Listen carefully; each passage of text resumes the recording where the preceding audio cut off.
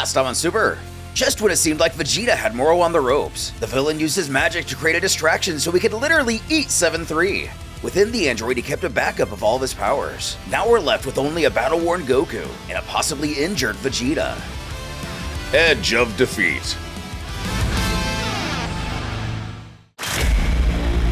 Staring off against the reinvigorated villain, Piccolo interrogates Moro if 7-3's powers have been added to his own.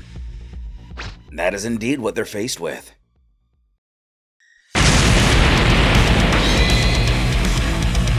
Huh. Is that so? Then I'll just have to tear you apart again!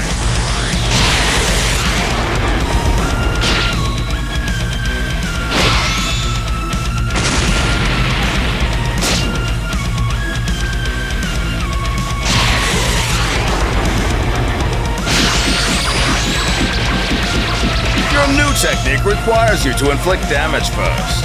Yes, I won't make the same mistake twice. Damn it! The fight resuming. Gohan reminds Vegeta that he might have absorbed 7-3's abilities, but the rule says it only lasts 30 minutes. This means he just has to run out the clock until he's back to his former strength. The Fiend chuckles at this belief, informing that this power has returned home. There is no time limit. In fact,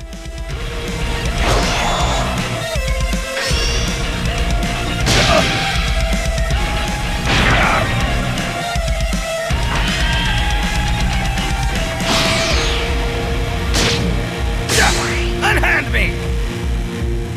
Grabbing Vegeta on the back of the neck. Does this mean Moro? The Prince struggles for a moment to figure out what exactly is going on. Moro enlightens that he's gained 7-3's copy ability. Possibly just out of earshot, Gohan speculates this from the ground.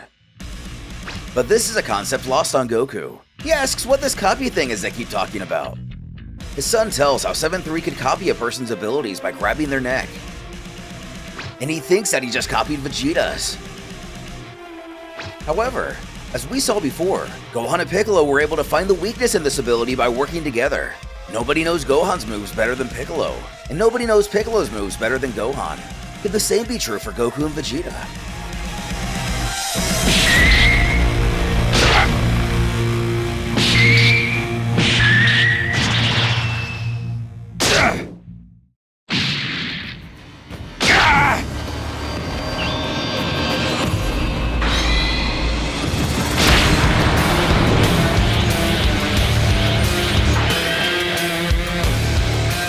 That's Vegeta's move! Big Bang attack? Isn't that what you call it, Vegeta?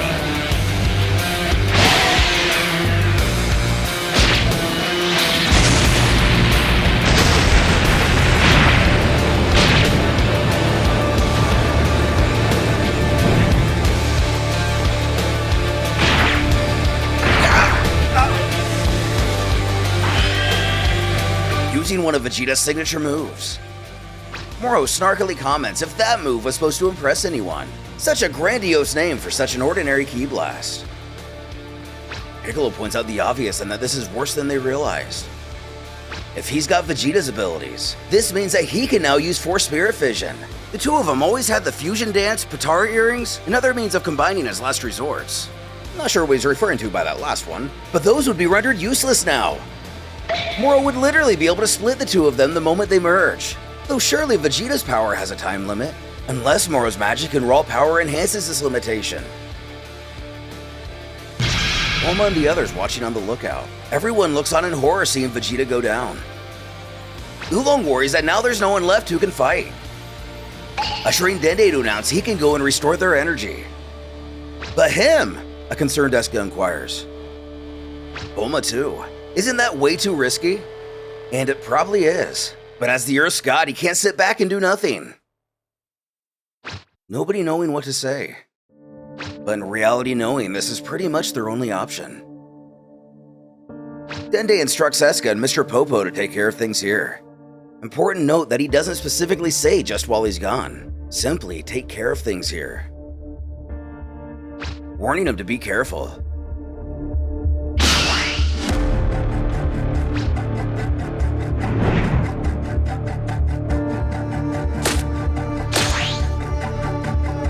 Krillin making his return, albeit exhausted.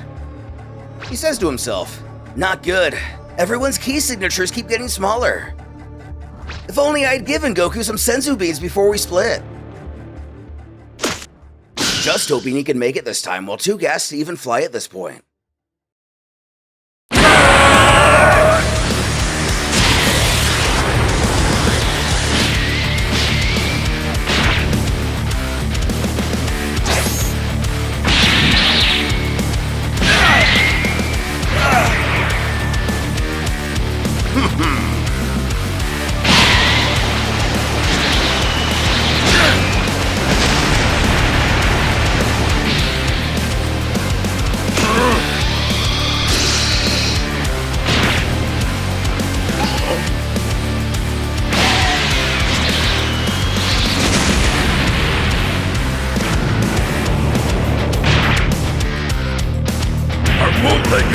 Even if you kill me! Huh. Haven't you realized I'm keeping you alive? You people are my meal after all.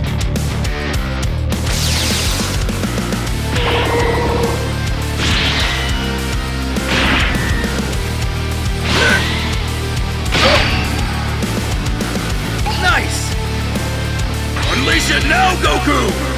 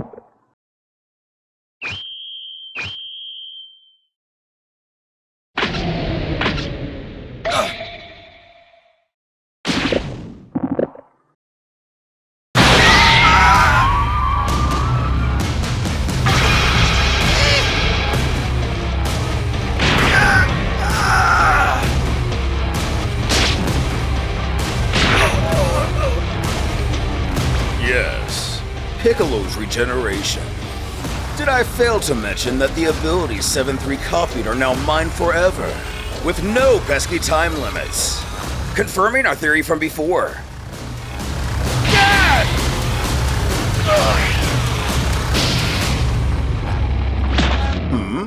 Don't go dying on me just yet. I need to devour your energy before you pass on. That was the point of all this.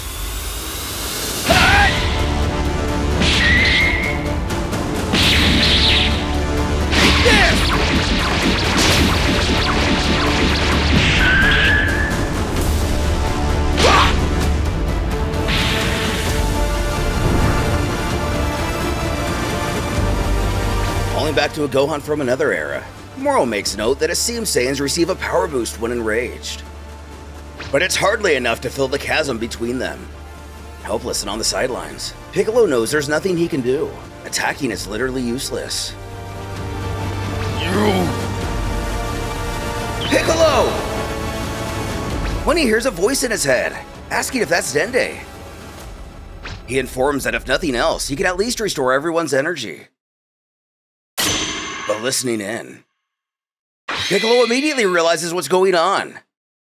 He shouts for Dende to stop. No more telepathy.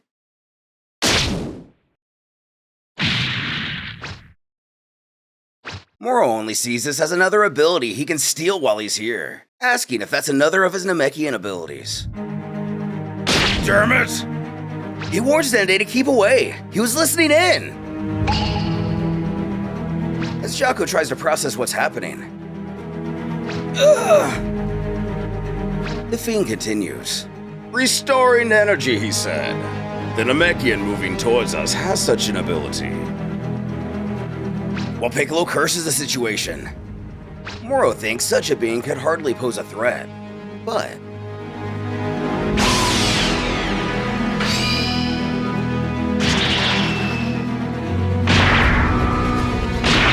places a barrier that envelops the battlefield. He's confident it should keep out any unwanted nuisances and prevent them from escaping.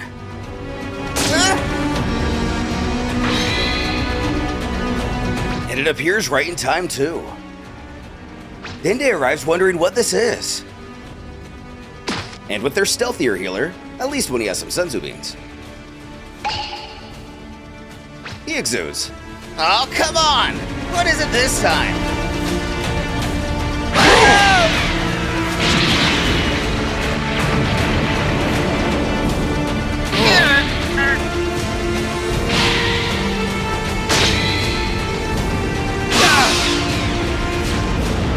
Things looking more and more bleak. Sorry, Jocko. He's sorry for roping him into Earth's battle. Almost surprisingly, he scoffs for him to knock it off, saying, Moro broke out of our prison. And besides, Earth is my jurisdiction. If this planet's doomed to die, then it's my duty to go down with the ship. Charging his power, he responds. Oh yeah? Then I won't feel as bad about this. Accumulating ki, Jocko meekly questions, what's going on, buddy? Who explains that barrier is a blessing in disguise, since it'll keep any destruction contained. There'll be nothing left in here when he's done. But blowing himself up! Could he hold off a minute? Jocko hasn't made his peace.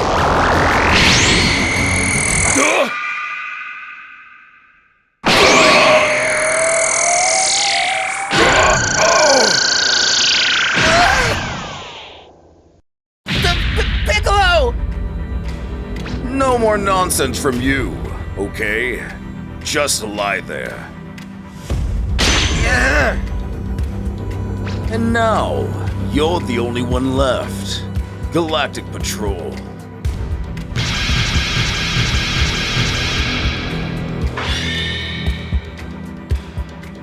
Dende cries that he was completely useless. He couldn't defend the planet or help anyone.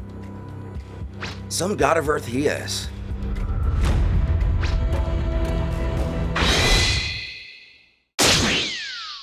When the barrier opens by itself. Now inside, how did this happen? A familiar character utters, "This isn't over yet, God of Earth." The Guardian exclaims, "Ah, it's you!" Jocko does his best to fall back on his training as a Galactic Patrolman, taking aim and warning Moro to stay back. Who smirks? To be blunt, I have zero interest in your life energy. Such a small portion and probably foul-tasting. Which also means he has no need to keep him alive either, bidding him farewell. What's up, scumbag?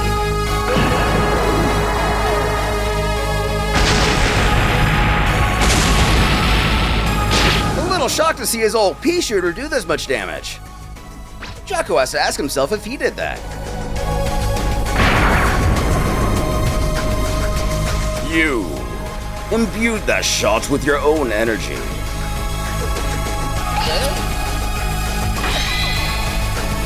Oh! Agent Merus! But you aren't really Galactic Patrol, are you? With a literal angel arriving to save our heroes, what will the consequences be for Merus now that he's directly interfering with mortal affairs? And will he alone be enough to save the Earth? Huh? Did someone else show up?